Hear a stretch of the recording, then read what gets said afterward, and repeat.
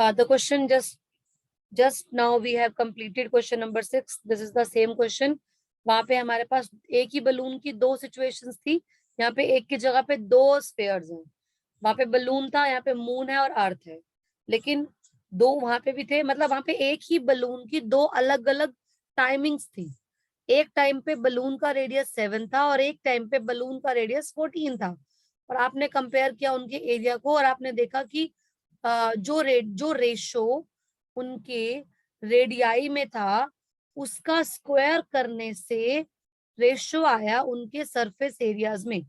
Similarly the same concept, the same fact, the same formula we will use here also.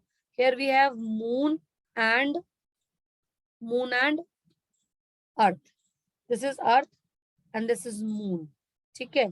So हम एक बार अपने वे से करते हैं.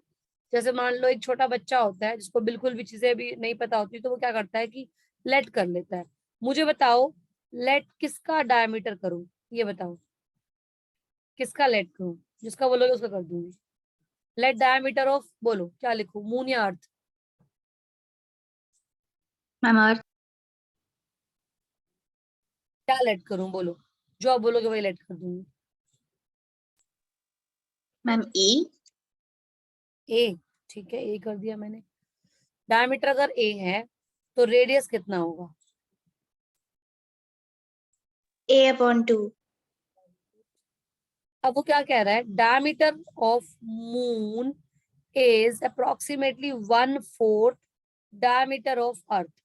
जो आपने डायमीटर ऑफ अर्थ लिया है, ठीक है, तो आप यहाँ पे हेडिंग भी कर सकते थे 4 अर्थ. चलो कोई नहीं. फिर हम लिखते हैं देयरफॉर डायमीटर, मैंने स्पेस छोड़ा है, मैं इसके अंदर एरिया भी निकाल दूंगी. डायमीटर ऑफ मून, क्योंकि मून का डायमीटर अर्थ के डायमीटर का 1/4 है, तो दिस इज A/4. और अगर डायमीटर 1/4 है तो रेडियस इज अगेन हाफ. जो भी डायमीटर आएगा उसका हाफ कर देंगे तो that will be radius. So this comes out A/8. तो अब आपको रेडियस मिल गया. मैंने यहाँ पे यूनिट नहीं लगाया कोई भी, तो हमने सिर्फ यूनिट लिख दिया. हम सेंटीमीटर मीटर कुछ नहीं बोल रहे हैं. भाई अर्थ है सेंटीमीटर में थोड़ा आएगा, मून है किलोमीटर्स में आएगा. तो मैंने फिलहाल कभी कुछ नहीं लिखा, मैंने बस यूनिट डाल के छोड़ दिया. अब आप यहाँ लिखेंगे सरफेस एरिया ऑफ अर्थ. ठीक है. आप इसके ब्रैकेट में R1 या फिर आप कैपिटल R लिख सकते हैं, बेटर वर्ड. और आप इसके ब्रैकेट में स्मॉल r लिख सकते हैं. तो अब यहाँ लिखेंगे 4πr². और आप यहाँ पे लिखेंगे सरफेस एरिया ऑफ मून में 4πr². फिर आप लिखेंगे रेशो ऑफ देयर, ये लाइन लिखेंगे, ratio of their surface areas, ये लाइन लिखेंगे, is equal to 4πr² upon, जैसा हमने लास्ट क्वेश्चन में किया था, 4π से 4π कैंसिल. ये वाला जो कैपिटल R है वो है A/2 स्क्वायर, और जो स्मॉल r है वो है A/8 स्क्वायर.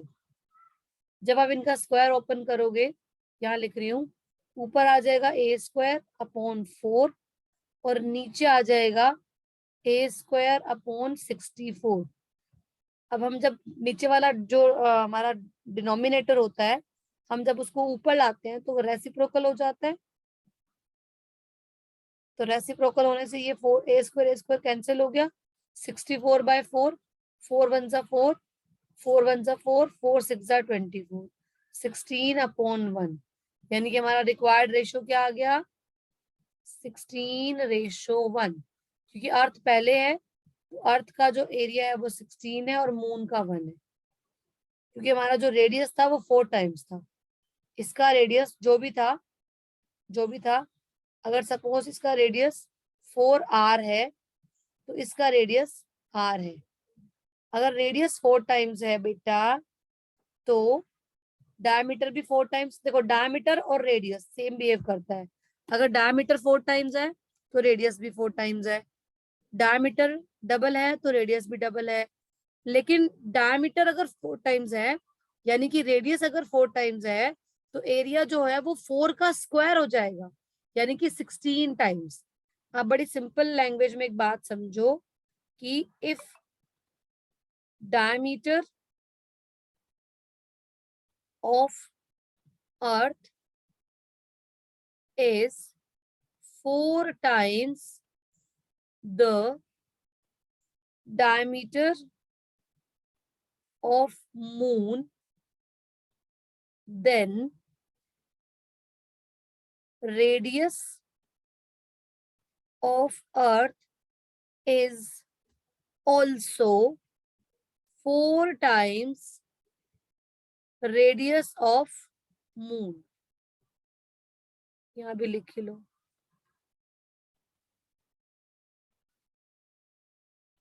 ठीक है, बट एरिया, कोई सा भी एरिया होगा, एरिया ऑफ अर्थ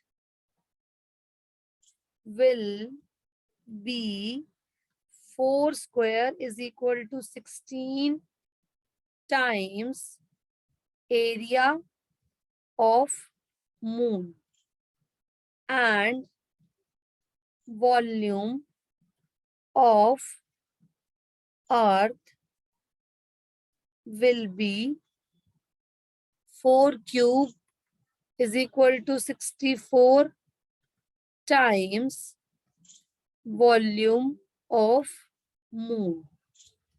समझ में आया? जितना टाइम्स डायमीटर होता है उतना ही टाइम्स रेडियस होता है, उसका स्क्वायर टाइम्स एरिया होता है, और उसका क्यूब टाइम्स वॉल्यूम होता है। ये बात क्लियर है? Yes ma'am. मैं आपकी क्लास अभी कंटिन्यू कर रही हूँ, ठीक है? अभी कंटिन्यू कर रही हूँ, ब्रेक नहीं दे रही हूँ, ठीक है? अभी कर लेते हैं हम लोग। वो मैं अपने बेटे के लिए किसी और को भेज दूंगी, कोई और लेके आ जाएगा उसको, ठीक है? अभी हम कंटिन्यू कर रहे हैं।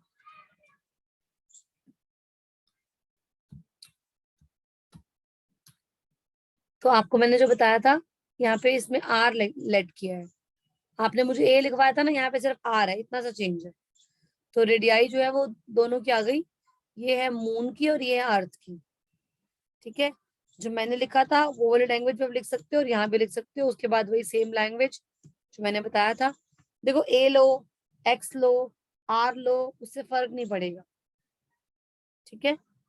ए लो, आर लो, एक्स लो, फर्क नहीं पड़ेगा। आपको सिर्फ ये समझना है कि जो मून का रेडियस है वो r/8 है, और जो अर्थ का है वो r/2 है। अगर आप डायरेक्टली सुनो, रेडियस को ही लेट कर लेते ना। अगर मान लो आप कहते कि let the radius of earth be capital R, तो आपकी मून की रेडियस डायरेक्टली क्या आ जाती, r/4। आप ये भी कर सकते थे। फिर आप निकालते ratio of the surface area, 4πr² upon 4πr/4 का स्क्वायर। अच्छा, ये ब्रैकेट जरूर लगाया करो, क्योंकि इसका भी स्क्वायर है, इसका भी स्क्वायर है। आप ब्रैकेट नहीं लगाते हो तो गड़बड़ हो जाती है। तो ये आ गया r² और ये आ गया r² अपॉन 64। तो r² इंटू 64/r², ठीक है? तो 64/1 आ गया।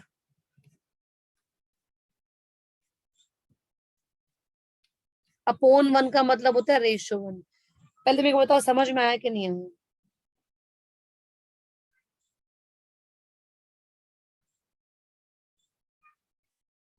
बताओ। Yes ma'am. ये क्वेश्चन ना बेटा सब्जेक्टिव में ना कि ऑब्जेक्टिव में भी आ सकते हैं। आपको कॉन्सेप्ट समझ में आना चाहिए कि क्योंकि हम रेडियस का यूज जो है वो एरिया के अंदर स्क्वायर के टर्म्स में कर रहे हैं। तो अगर आप ये मत सोचना कि भैया एरिया डबल हो गया, एरिया डबल नहीं हुआ, एरिया स्क्वायर टाइम्स हुआ। क्योंकि एरिया का जो रेडियस का यूज हो रहा है फॉर्मूले के अंदर, वो स्क्वायर के टर्म्स में हो रहा है। तो जैसा हम बिहेव करेंगे रेडियस के साथ, उसका स्क्वायर हमारा हो जाएगा एरिया के साथ, और क्यूब करेंगे तो वॉल्यूम के साथ, ठीक है? नेक्स्ट चले, क्लियर है ये? Yes ma'am. मतलब ना अच्छे से करना बेटा, क्योंकि फिर बाद में रिवाइज तो करेंगे, बट ऐसा ना हो कि भैया जब दोबारा करें तो बिल्कुल ही क्लियर हो जाए।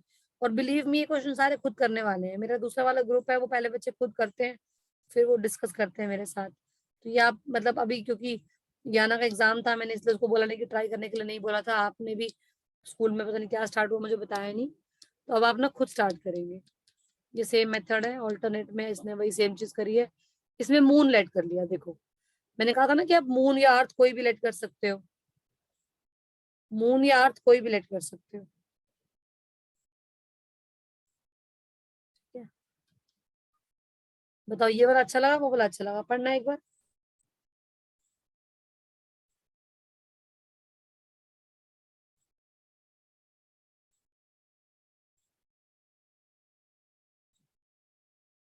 बताओ कौन सा अच्छा लगा।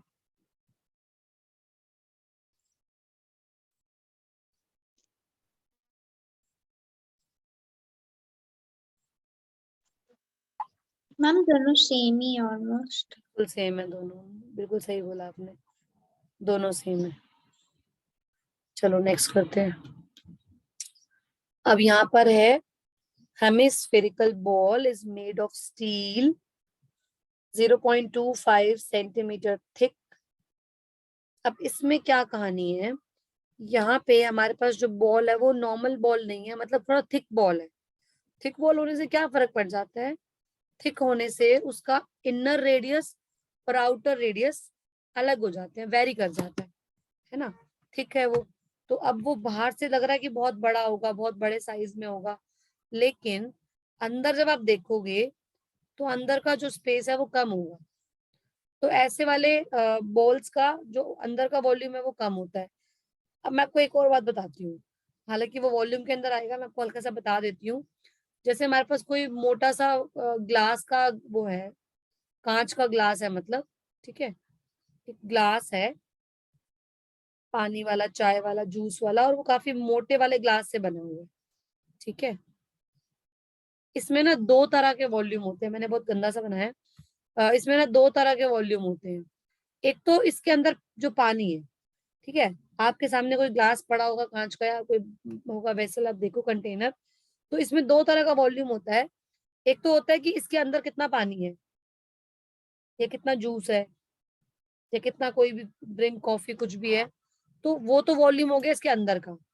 और दूसरा होता है इस बर्तन का अपना कितना वॉल्यूम है, मतलब उसमें कितना कांच लगा हुआ है, कितना स्टील लगा हुआ है, कितना वुड है। एक परफेक्ट एग्जांपल देती हूँ मैं आपको, पेंसिल का। पेंसिल जो होती है उसके अंदर एक ग्रेफाइट होता है, लेड होता है। पेंसिल देखी है आपने, सबने देखी हुई है। यस। पेंसिल के अंदर जो एक लेड होता है, छोटा सा, मैं थोड़ा मोटा जूम करके दिखा रही हूँ आपको, इस तरह का। आप लोगों के साथ ऐसा कभी हुआ है या नहीं हुआ पता नहीं मुझे, बट मैंने पेंसिल का कंप्लीट लेड बाहर निकाला हुआ है। कई बार कुछ खराब पेंसिल्स होती हैं जो थोड़ी सी अच्छी नहीं होती, उनका पूरा लेड बाहर निकल जाता है। तो अगर यस हम, मैम। हाँ, तो अगर हम पेंसिल का पूरा लेड बाहर निकाल लें तो वो होलो वुड बन जाता है। बाहर उसका जो वुड है वो बिल्कुल होलो हो जाता है, कुछ इस तरह से। एक मिनट, पहले मैं आपको पूरी पेंसिल दिखा दूं। तो पेंसिल में तीन चीजें होती हैं। एक होता है पूरी पेंसिल, कंप्लीट पेंसिल, ठीक है। दूसरा होता है लेड, जो ग्रेफाइट होता है अंदर वाला, ठीक है। तीसरा होता है वुड। अगर मैं आपसे पूछूं बेटा वुड का वॉल्यूम क्या है, ग्रेफाइट का वॉल्यूम क्या है, या पूरे पेंसिल का वॉल्यूम क्या है, तीन चीजें होती हैं इसमें। एक होता है वॉल्यूम ऑफ होल पेंसिल, एक होता है volume of lead, graphite lead, और तीसरा होता है वॉल्यूम ऑफ वुड, वुड वाले पार्ट का वॉल्यूम। तो अब इसमें हमारे पास जो अंदर का लेड है उसकी रेडियस अलग होगी, मान लेते हैं वो 7 mm है। और जो बाहर का, यहाँ से लेकर यहाँ तक पूरा बाहर तक का रेडियस है वो अलग होगा, ज्यादा होगा, मान लेते हैं वो 15 mm है। ठीक है, और हाइट आपको दे ही रखी होगी, मान लेते हैं 14 सेंटीमीटर। हाइट ज्यादा होती है। अब आपको अगर निकालना है अंदर का वॉल्यूम, तो वैसे मैंने आपको वॉल्यूम बताया नहीं अभी, तो मैं उसके बारे में बाद में बात करूंगी। वॉल्यूम के अंदर मतलब पेंसिल के वॉल्यूम में मुझे पूरा लेना पड़ेगा, लेड में मुझे अंदर का लेना पड़ेगा, और वुड में मुझे आउटर माइनस इनर लेना पड़ेगा। मैं मेनली जो बात करना चाह रही हूँ वो बात करना चाह रही हूँ कुछ ऐसी चीजों की जिसकी थिकनेस होती है, जिसकी अंदर की रेडियस अलग होती है, बाहर की अलग होती है, मैं उसकी बात करना चाह रही हूँ, क्योंकि ऐसे क्वेश्चन ज्यादा इंपॉर्टेंट होते हैं। होलो पाइप आपने पढ़ा था ना एक्सरसाइज 2 में। देखो जरा होलो पाइप, जिसका हमने एरिया निकाला था, याद होगा मैंने आपको बताया था होलो पाइप का एरिया होता है area of the visible surface. तो इसमें हमारे को अंदर का सरफेस भी विजिबल था, बाहर का भी विजिबल था। तो हमने पहले निकाला था इसका इनर CS से, which was 2 pi small RH। फिर हमने निकाला था आउटर CS से, which was 2 pi capital RH। फिर हमने निकाला था total surface area, which was inner CS से प्लस आउटर CS से plus area of 2 circular rings. शायद आप भूल गए होंगे, 2 सर्कुलर रिंग्स बताई थी मैंने आपको। एक रिंग आपको लेफ्ट साइड में दिख रही है, ये वाली, एक राइट साइड में। रिंग ऐसी होती है जो आपको सामने से पाइप में नजर आएगा, यहाँ पे भी नजर आ रहा है, ये देखो ये रिंग होती है। ठीक है, तो ये रिंग्स आपको ऐड करनी थी। और अगर आप याद होगा आपको रिंग का फॉर्मूला मैंने क्या बताया था, outer circle minus inner circle, outer circle minus inner circle. तो ये था 2 पाई RH, 2 पाई RH, 2 पाई R square minus pi R square minus pi R square. ये होता है रिंग। रिंग का एरिया होता है outer circle minus inner circle. एक रिंग और 2 से लेंगे तो हम 2 से मल्टीप्लाई कर देंगे, ये हमने किया था। अब ये मैं यहाँ पर इसलिए बता रही हूँ ताकि आपको थोड़ा सा समझ में आए कि इनर आउटर का मतलब क्या होता है। ठीक है, अब यहाँ पर हमको सिर्फ आउटर निकालना है। क्वेश्चन बहुत इजी है, लेकिन मेरा बताने का पर्पज यही था कि इनर के लिए हम स्मॉल r यूज करते हैं, आउटर के लिए हम कैपिटल R यूज करते हैं, और टोटल के लिए हम दोनों यूज करते हैं, इनर भी और आउटर भी, साथ में रिंग्स भी। अब हमारा क्वेश्चन पढ़ते हैं। हमारा क्वेश्चन क्या है, hemispherical ball is made of steel 0.25 centimetre thick, ये थिकनेस है इसकी। इनर रेडियस इज 5 सेंटीमीटर, मतलब यहां से लेकर यहां तक 5 सेंटीमीटर है। और ये थिकनेस है, ये है 0.25। अगर मुझे कैपिटल R निकालना है, मतलब आउटर रेडियस निकालनी है, तो मुझे अंदर की रेडियस में थिकनेस ऐड करनी पड़ेगी। आउटर रेडियस मुझे वो क्यों निकालनी है, क्योंकि मुझे आउटर एरिया निकालना है, तो मुझे जरूरत पड़ेगी आउटर रेडियस की, and that is equal to inner radius. ये पॉइंट सिर्फ आपको याद रखना है, outer radius is equal to inner radius plus thickness. Thickness, ठीक है, तो इनर रेडियस कितनी है मेरी 5, थिकनेस कितनी है मेरी 0.25, दैट कम्स आउट 5.25। और हमें क्या निकालना है, आउटर CS से, है तो कर्व्ड सरफेस एरिया। फॉर्मूला क्या होगा, 2 पाई R स्क्वायर। R यहाँ पे क्या हो जाएगा, कैपिटल। पाई की वैल्यू कुछ नहीं है, 22/7। R हमने निकाला 525/100, क्योंकि डेसिमल के बाद है 2 डिजिट्स। समझ में आ रहा है या नहीं आ रहा, बताओ मुझे। Yes ma'am. अब मैं आपको दे रही हूँ 2 मिनट, किस लिए, इसको सॉल्व करो और आंसर निकालो। I am giving you 2 minutes to solve this question and I will continue question number 9, आप इसको अभी सॉल्व करके मुझे बताओ आंसर क्या आ रहा है। ये भी आंसर निकालो और 9th क्वेश्चन भी स्टार्ट करो। ये वॉइस आ रही है मेरी? Hello, yes ma'am. यहाँ पे कुछ नेटवर्क इशू हो गया मेरा, आई डोंट नो क्या हुआ है।